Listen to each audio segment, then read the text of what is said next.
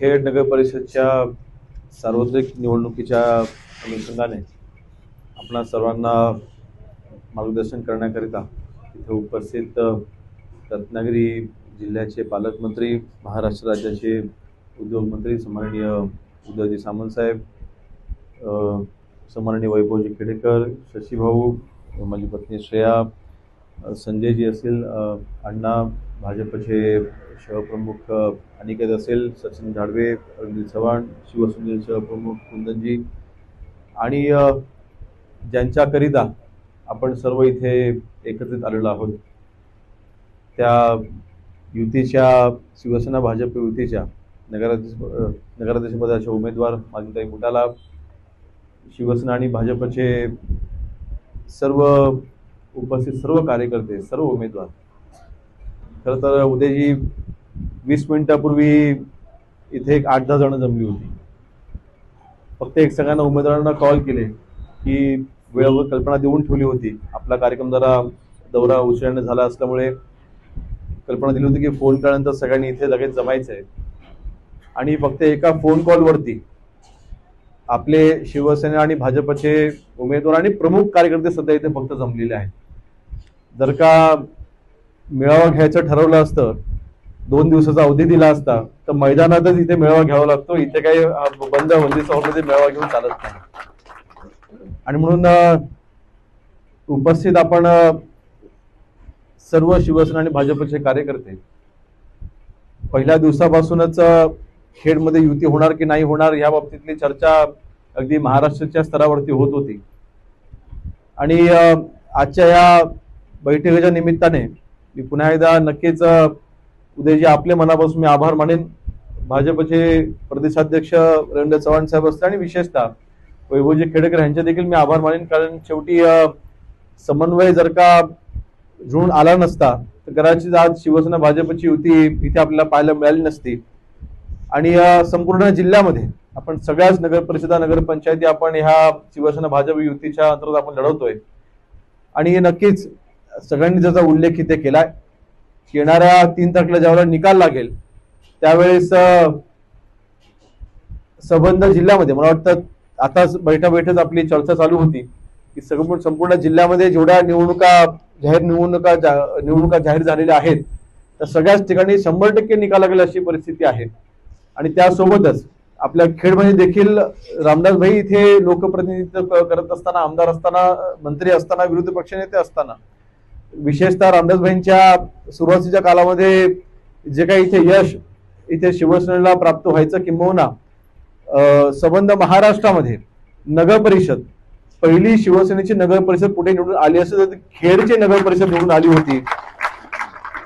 हा रेकॉर्ड आणि हा अभिमान खेडमधल्या सर्वच कार्यकर्त्यांना आहे. आणि नक्कीच एक चांगली बाब घडली या युतीच्या निमित्ताने. आणि खरं तर संजयजी इथे आज उपस्थित राहू शकले नाही, संजयजी कदम आज उपस्थित राहू शकले नाहीत.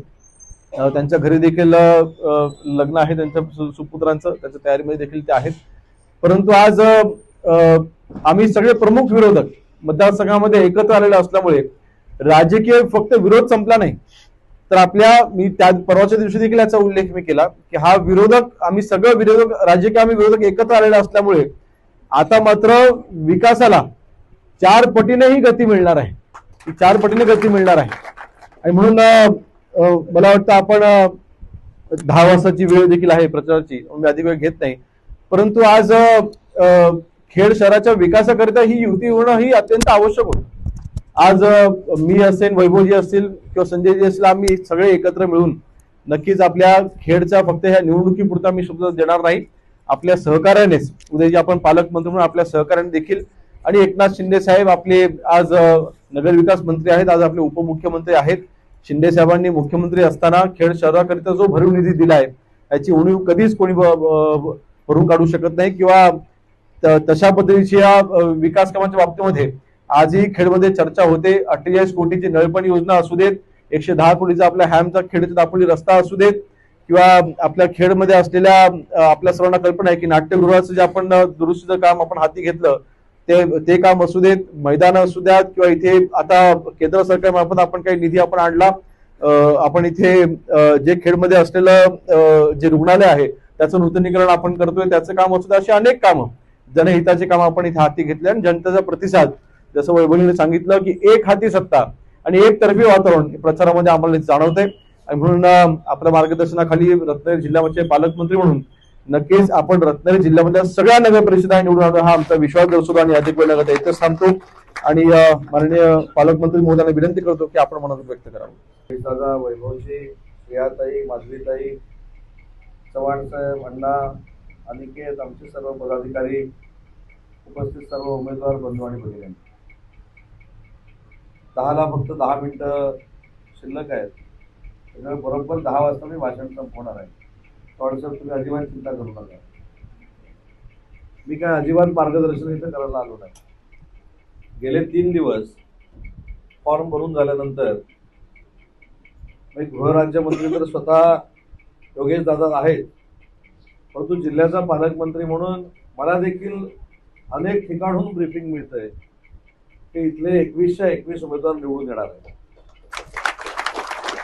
आणि ते 21 उमेदवार कसे निवडून येणार आहेत याचं मार्गदर्शन तुमच्याकडनं मी घ्यायला इथं आलेलो आहे.